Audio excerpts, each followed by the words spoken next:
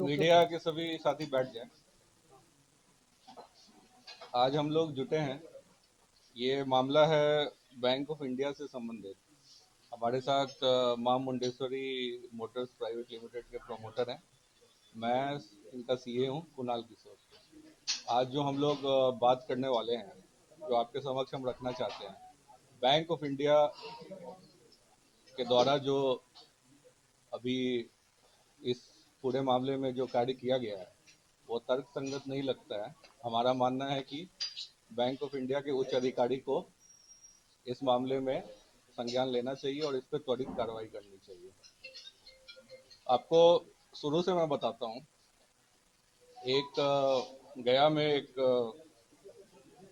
अखौरी गोपाल जी हैं, जिनकी दो कंपनी थी, परीना मोटर्स और रामनंदी मोटर्स। इन्होंने बैंकों के समूह से, जिसको हम लोग अंग्रेजी में कंसोर्शियम बोलते हैं, उससे करीब 300-400 करोड़ का लोन लिया। उनमें बैंक ऑफ इंडिया और बैंक ऑफ बड़ौदा भी शामिल था। कालांतर में वो लोन खराब हो गया, उन्होंने समय पे उसके ऋण का भुगतान नहीं किया, किस्त का, तो बैंकों ने उसको एनपीए कर दिया और बैंकों ने उन प्रॉपर्टीज का जो उन्होंने मॉर्गेज किए थे उसको ऑक्शन के थ्रू बेचा। तो हमारे साथ जो प्रमोटर हैं, इन्होंने बैंक ऑफ बड़ौदा, उस बैंक समूह में जो पहला बैंक जिसने बेचा वो बैंक ऑफ बड़ौदा था, उससे इन्होंने ऑक्शन के माध्यम से प्रॉपर्टी लिया और उस प्रॉपर्टी पे अपना व्यवसाय कर रहे हैं। बाद में इन्हें पता चलता है 1 से 2 साल बाद कि जो प्रॉपर्टी बैंक ऑफ बड़ौदा को मॉर्गेज की गई थी वही प्रॉपर्टी बैंक ऑफ इंडिया को भी उस प्रमोटर ने मॉर्गेज कर रखी थी। तो फिर बैंक ऑफ इंडिया का भी ऑक्शन आया। तो चूंकि ये विवाद में नहीं पड़ना चाहते थे, ये चाहते तो बोलते कि मैंने तो property already bank of Baroda से ले लिया है, मुझे क्या मतलब है बैंक ऑफ इंडिया से। और बैंक ऑफ इंडिया ने भी जो प्रॉपर्टी ऑक्शन पे डाली उसमें भी इन्होंने बिड किया, परंतु बैंक ऑफ इंडिया के अधिकारी ने इनके बिड की राशि को, जो कि 5 करोड़ 90 लाख है, उसको नहीं एक्सेप्ट करते हुए जो ब्लैक लिस्टेड प्रमोटर है, जो एनपीए प्रमोटर है, जो भाग गया था, लोन नहीं दे रहा है, जिसके ऊपर सीबीआई का केस है, उसके साथ वन टाइम सेटलमेंट कर लिया काफी कम राशि पे। सर ने जो ऑफर किया था बैंक को वो 5 करोड़ 90 लाख था, उन्होंने जो ओटीएस कर लिया वो 4 करोड़ 20 लाख पे कर लिया। तो आप समझिए बैंक को 1 करोड़ 70 लाख का नुकसान तो सीधा सीधा यहीं पर दिख रहा है आपको।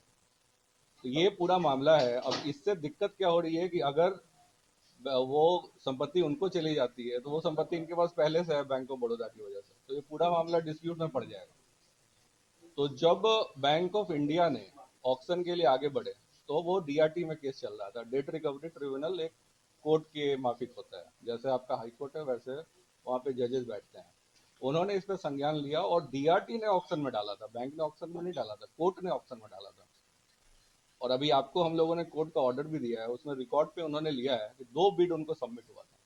मान लीजिए कोई भी सरकारी संपत्ति है और एक व्यक्ति उसको 5 करोड़ 90 लाख देना चाहता है, दूसरा 421 देना चाहता है, तो ये इसमें तो कोई तर्क की बात नहीं है, आपको 590 लेना चाहिए। सरकारी संपत्ति, सरकार को ज्यादा पैसा आना चाहिए। इसमें सुप्रीम कोर्ट का 2 जजमेंट भी है जो हमने प्रेस नोट में डाला है, जिसमें कोर्ट ने बार बार कहा है कि सरकारी संपत्ति हमेशा सबसे ज्यादा बिड करने वाले को देनी चाहिए। तो डीआरटी ने ऑक्शन में डाला था, डीआरटी ने अपने ऑर्डर में लिखा है कि 2 बिड आए जी और उसकी रिजर्व प्राइस थी 5 करोड़ 90 लाख, उस पर बिड आया है। अगर कोई मुझे 5 करोड़ 90 लाख देना चाहता है तो बैंक किस कानून के अंतर्गत, किस तर्क के अंतर्गत 421 पे उसने ओटीएस किया है, यही यहाँ पे मामला है। भी आप दस्तावेज देते हो, उसका लीगल रिपोर्ट बनता है किसी लॉयर से, वहां पे फ्रॉड हुआ है। किसी लॉयर ने लिख के दिया है कि 3 एकड़ जमीन है, जबकि वो मात्र 1 एकड़ जमीन थी। फिर एक वैल्यूअर उसको वैल्यू करता है, वो भी इंडिपेंडेंट आदमी होता है, उस आदमी ने भी उसको ज्यादा वैल्यू लगाया है। आप समझिए बात को। इसके बाद से बैंक ऋण एक बार में नहीं देती। अगर 300 करोड़ का ऋण है तो पहले 20 करोड़ देती है, फिर 20 करोड़ का यूटिलाइजेशन मांगती है कि कहाँ इस्तेमाल हुआ, तब अगला 20 करोड़ जाता है। वहां ग्राउंड पे कोई काम ही नहीं हुआ, 300 करोड़ डिसबर्स हो गया। तो कितने स्तर पे यहाँ पे आपको फ्रॉड दिखता है। खैर, इससे हम लोगों को मतलब नहीं है। हम तो बैंक ऑफ बड़ौदा के ऑप्शन से हमारी कहानी शुरू होती है। बैंक ऑफ बड़ौदा ने ऑप्शन किया, हमने कुछ उसमें प्रॉपर्टी लिया, हमने वहां उद्योग डाल दिया, वो उद्योग हमारा चल रहा है। इसके बाद पुनः बैंक ऑफ इंडिया का ऑप्शन आता है, तब पता चलता है कि कुछ प्रॉपर्टी जो बैंक ऑफ बड़ौदा में है वो बैंक ऑफ इंडिया में भी मॉर्गेज है। ये भी एक फ्रॉड है। आप एक प्रॉपर्टी को 2 बैंक में मॉर्गेज नहीं कर सकते। इस वजह से हम इसमें फंसे हुए हैं। तो हमारा बैंक ऑफ बड़ौदा से कोई दिक्कत नहीं है, उन्होंने ऑप्शन किया, हमारे को टाइटल मिल गया, हमारा म्यूटेशन हो गया।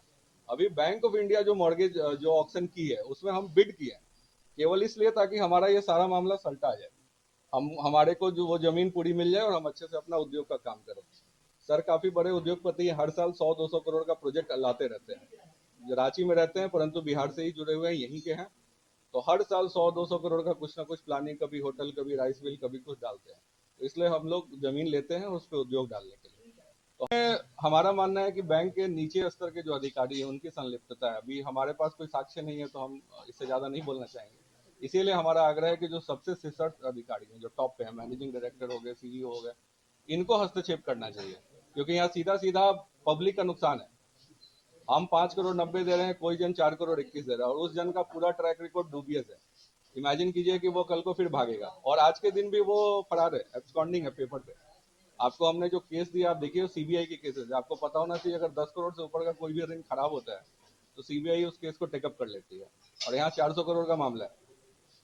तो हमारा मानना है कि इसमें जरूर बैंक के लोगों की संलिप्तता है, वरना इसमें तो कोई तर्क नहीं है।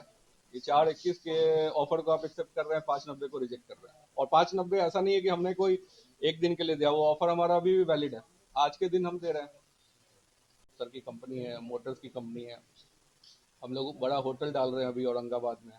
पहले से सर के पास राइस मिल है, वेयर हाउस है, और बहुत बड़ा कंस्ट्रक्शन का काम है सर का, मां मुंडेश्वरी कंस्ट्रक्शन के नाम से। तो इतने बड़े उद्योगपति, जो 1 रुपया भी किसी भी बैंक का बकाया नहीं है सर का। जितना भी सर ने ऋण लिया है वो सारे स्टैंडर्ड है, सब में समय से किस्तों का भुगतान होता है, बैंक काफी खुश रहते हैं, कभी भी बैंक सर को ऋण देने को तैयार है। आज भी सर 5 करोड़ 90 लाख का चेक साथ में रखे हुए हैं। जैसे बैंक ऑफ इंडिया के द्वारा ये निर्णय लिया जाएगा कि हम बिड को एक्सेप्ट करते हैं, तुरंत उनके अकाउंट में 5 करोड़ 90 लाख जाएगा। तो ये पूरी बात है। अब आप में से किसी